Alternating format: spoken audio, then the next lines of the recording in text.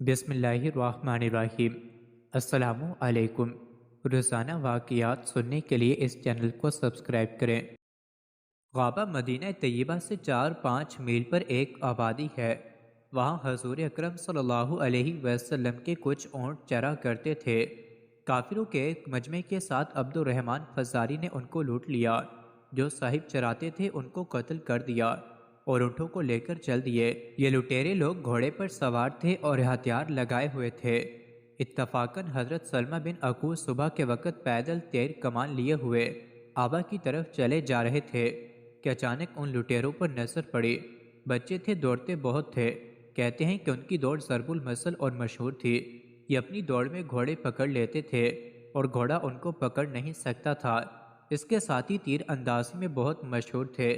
حضرت سلمہ بن عقوع نے مدینہ منورہ کی طرف منہ کر کے ایک پہاڑی پر چڑھ کر لوٹ کا اعلان کیا اور خود تیر کمان ساتھ لی ان لٹیروں کے پیچھے دوڑ لیے، حتیٰ کہ ان کے پاس تک پہنچ گئے اور تیر مارنے شروع کیے اور اس پھرتی سے دمادم تغیر برسائے کہ وہ لوگ بڑا مجمع سمجھے، اور چونکہ خود نہ تھے اور پیدل بھی تھے، اس لیے جب کوئی گھوڑا لٹا کر پیچھا کرتا تو کسی درخت کی آڑ میں چھپ جاتے اور آڑ میں سے اس کے گھوڑے کو تیر مارتے، جس سے وہ زخمی ہو جاتا اور وہ اس خیال سے واپس جاتا کہ گھوڑا آ کر گر گیا تو میں پکڑا جاؤں گا۔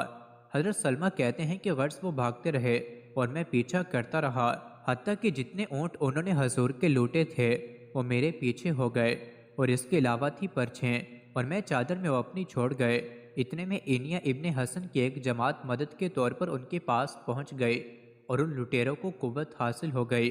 یہ بھی ان کو معلوم ہو گیا کہ میں اکیلا ہوں۔ ان کے کئی آدمیوں نے مل کر میرا پیچھا کیا۔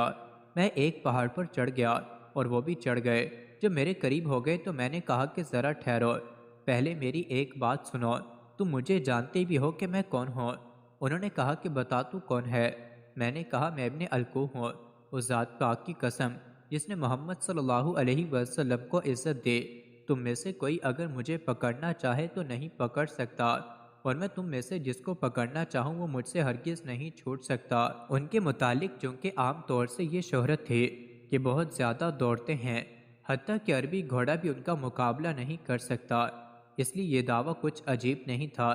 سلمہ کہتے ہیں کہ میں اسی طرح ان سے بات چیت کرتا رہا اور میرا مقصود یہ تھا کہ ان لوگوں کے پاس تو مدد پہنچ گئی ہے، مسلمانوں کی طرف سے میری مدد بھی آ جائے کہ میں بھی مدینہ میں اعلان کر کے آیا تھا۔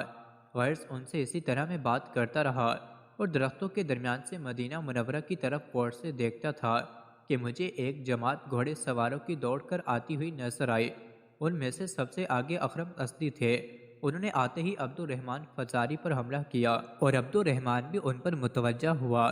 انہوں نے عبد الرحمن کے گھوڑے پر حملہ کیا اور پاؤں کاٹ دیے، جس سے وہ گھوڑا گرا، اور عبد الرحمن نے گرتے ہوئے ان پر حملہ کر دیا، جس سے وہ شہید ہو گئے، اور عبد الرحمن فوراً ان کے گھوڑے پر سوار ہو گیا۔ ان کے پیچھے ابو قتادہ تھے، فوراً انہوں نے حملہ شروع کر دیا۔ عبد الرحمن نے ابو قتادہ کے گھوڑے کے پاؤں پر حملہ کیا، جس سے وہ گرے، اور گرتے ہوئے انہوں نے عبد الرحمن پر حملہ کیا، جس سے وہ قتل ہو گیا، اور ابو قتادہ فوراً اس کے گھوڑے پر جو پہلے اکرم اسدی کا تھا اور اب اس پر عبد الرحمن سوار ہو رہا تھا، سوار ہو گئے۔ مزید ایسے ہی ویڈیوز کے لیے چینل کو ضرور سبسکرائب کریں۔